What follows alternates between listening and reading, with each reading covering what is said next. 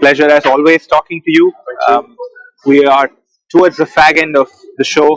Um, what are your impressions of Busworld Southeast Asia 2026? How happy are you with the way the show has turned out?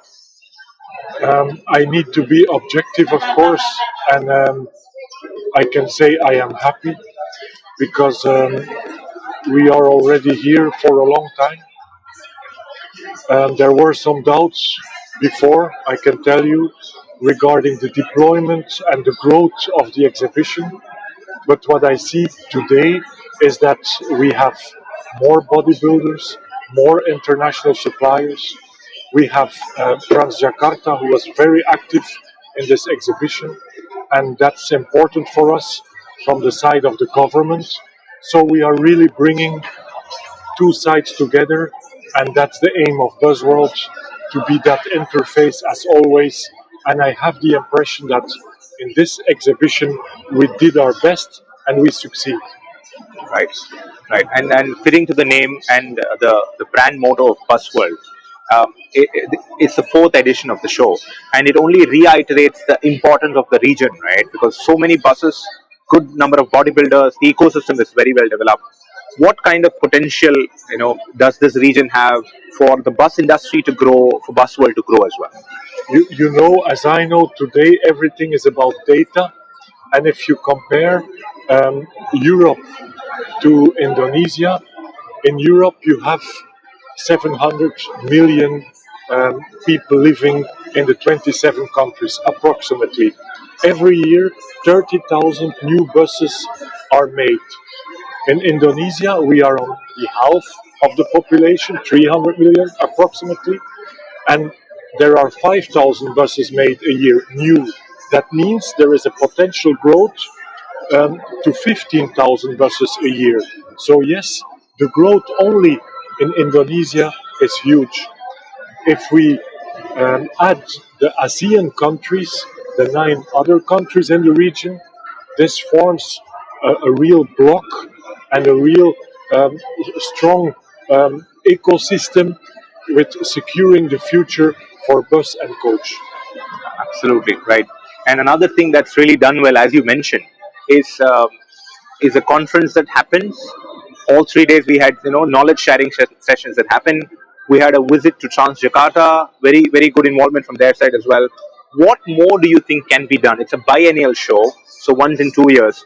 What more do you think that can be done to attract more people, more exhibitors, visitors? We had this year a group of operators coming from Malaysia. That was a start of a possible cooperation, and those operators in Malaysia, they were interested in the buses we are showing here, because in Malaysia it's a small market. They don't have as much as bodybuilders, as much as differentiation as we have here in Indonesia. So that was very interesting. 2 years ago, we bring in Indian suppliers and Indian visitors. That was also very positive. And this year, we have an Australian uh,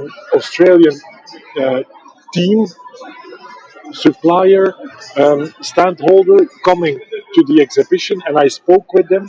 And in fact, Australia is really close to Indonesia, and even they are not part of ASEAN, they are really interested in cooperating in this challenging market. Right, interesting. So, I mean, so on the whole, a pretty successful Busworld Southeast Asia 2026, I must say.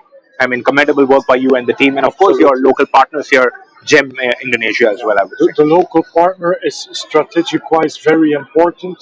And I said to my team, the Belgian team, even today, we should cherish that, and we should hold that very closely, because it's not easy on the other side of the world to do something with a trustful partner. Exactly. And today we prove again that our partner is committed, reliable, and that they are a partner for the future. Absolutely. No, very important. Trust is the word that you mentioned. I think if that's there, then everything goes well. So, and also just zooming out a bit, it's a busy season for Busworld. The month of May has Southeast Asia show that we're in. We just had the Busworld India Conclave, and then next month we have Busworld Turkey as well. So, Your thoughts on the conclave? Of course, we spoke there as well, but if you can recap the conclave in India and also look forward to the Turkey show. I am still busy recapping India Yes. conclave, honestly, because it was for me an eye opener. I was very impressed by what is happening in India, the welcome we had, and the need of the Indian people to tackle all challenges of the future and to be really important on a world scale base. And Busworld, the connection with the whole world is for the Indian people really important. So we had a good experience in India, and we are now trying to elaborate something new for the Indian market without going into competition with Prawas. This is really not the aim. We want to be an added value for India. Yes, it's very busy in 2026, the even years. Then Busworld International is really active. And next month we go to Turkey. Turkey is a country that breeds buses. There is a strong connection with the European market. Many bus builders, OEMs, are active in Turkey. It's a make industry, so many suppliers make their products in Turkey, and it's again a market that is growing. Turkish people are very resilient. They have a strong attitude. They want to succeed in life, and we, as Busworld organization, we are profiting from that. And we do believe that in 2028, Busworld Turkey will grow with one third because we were already sold out 1 year ago, and that was very positive. But we had to say to many people, it's full. And that's why we really believe that in 28, after this exhibition next month, we will grow. Right. Brilliant. I mean, very good to hear about the developments in Turkey as well, right? So we have the noise. One last question. After this busy season is done, we know that there's more than a year to go for the next Europe edition of Busworld. What can we look forward to there? And anything else that is in the pipeline that you'd like to share with it globally? For next year in 27, we opened sales 2 weeks ago, and my colleague Mike, she told me already that the pressure is very high, and she has already up to 200 exhibitors who already committed for next year. You have to know that to maximize the exhibitors in Brussels, we have a number of 550. That's the maximum. So we are already, after 2 weeks, in the half of those demands to come to join the exhibition. So it's very hot, and Europe, even today, is delivering a lot of demand to bus and coach industry. Regarding Busworld International, I am busy yesterday and next week on Tuesday with Saboa. And Saboa, that's a federation in South Africa. And we would like to start together to build up trust and to build up an event joining Saboa this summer. And it's not a yes yet, but I am busy with that. Why?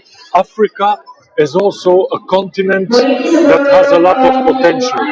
And South Africa, they have already the infrastructure to deploy a growth in buses and coaches. And that's why Busworld International is also willing to be active in South Africa and to support the Federation of Samoa. Brilliant, brilliant, wonderful. I mean, great to see the demand. I mean, as one would expect for the main show in Europe. So, I mean, without a doubt, I think Busworld remains the go-to show when it comes to buses and coaches globally. And also to hear about the update on South Africa as well. So, I'm sure you're also constantly looking at which are the regions you can actually take Busworld to, where there is a perfect fit for the market. Absolutely. We are always checking worldwide where is an opportunity for Busworld. What is very important, Busworld, is, is, is, is checking the market, doing a due diligence before stepping in. We were active in South America. We are now deploying worldwide a digital marketplace. It's called Busworld Plaza. Why? With the digital marketplace, we are checking the local demand of the bus industry through that digital channel. And it's a tool to know where we have to be active live. Perfect. Absolutely. I mean, great to hear. Thank you so much, Thank you. Vincent, and good luck for the good work to continue as well. Thank And you very look much. forward to continuing to collaborate. Okay, bye bye.